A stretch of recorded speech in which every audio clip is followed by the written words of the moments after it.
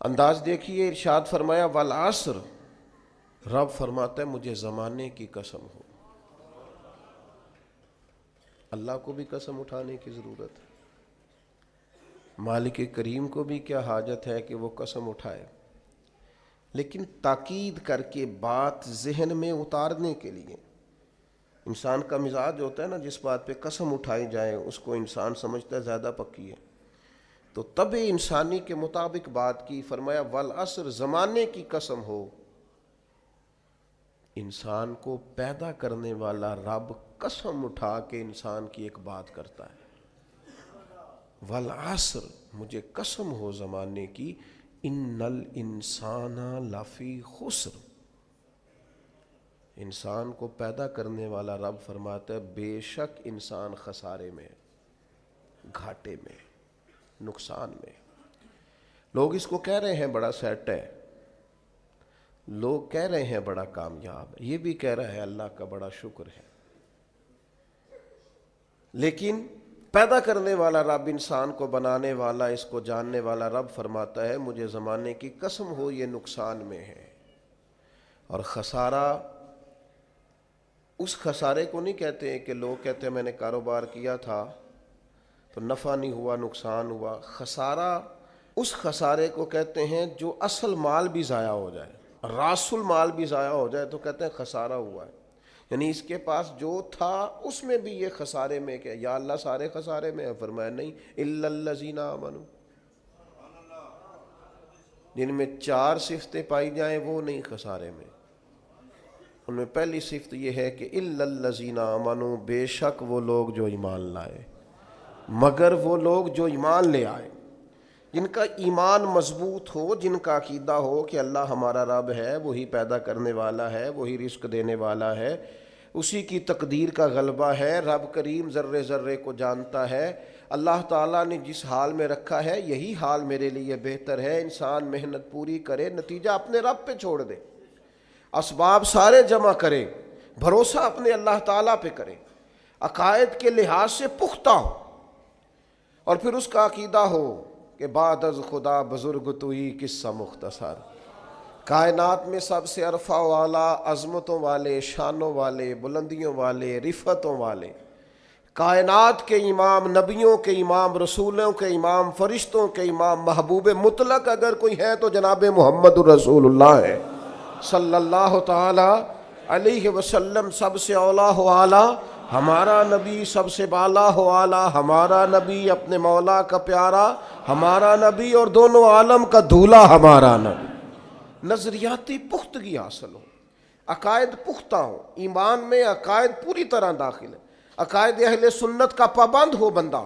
پھر ایک اور بنیادی عقیدہ ہے، اسی ضمن میں سارے عقائد آ جاتے ہیں، فرشتوں پر بھی ایمان ہو، اللہ کے تمام انبیاء پر ایمان ہو، اچھی بری تقدیر پر ایمان ہو، لیکن ایک بنیادی عقیدہ جس کو عقیدہ آخرت کہا جاتا ہے، اس پر انسان کا ایمان ہونا بڑا ہی ضروری ہے۔ اگر آخرت پر ایمان کمزور ہو جائے تو دنیا میں جتنے بھی عمل ہم کرتے ہیں یہ سارے کمزور ہو جائیں۔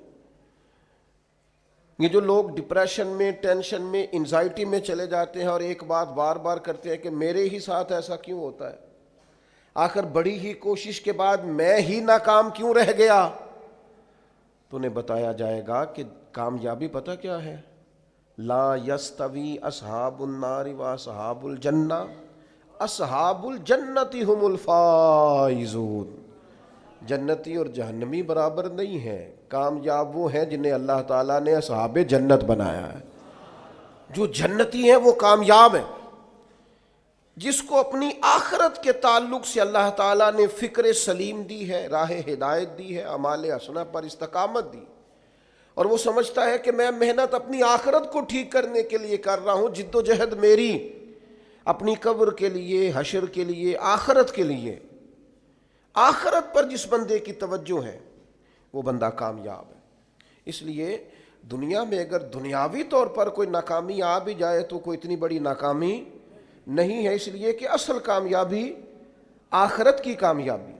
تو عقائد مضبوط ہوں، اور پھر عقائد اہل سنت کی پابندی اس کے پاس موجود ہو، نہ رفض کی طرف اس کا رجحان ہو، نہ خارجیت کی طرف اس کا رجحان ہو، اس کے نظریات ستھرے ہوں، اجلے ہوں، خوبصورت ہوں، وہ رسول پاک کی ذات گرامی کی پوری غلامی کرنے والا وہ شخص، تو اس کے نظریات اعلیٰ ہوں۔ تو فرمایا کہ انسان خسارے میں ہے الا الذین آمنوا، مگر وہ لوگ جو ایمان لائے، وعملوا الصالحات، اور جنہوں نے نیک اعمال کیا۔ اور یہاں بات ختم نہیں ہوئی، دو صفتیں اور بھی پیدا کریں۔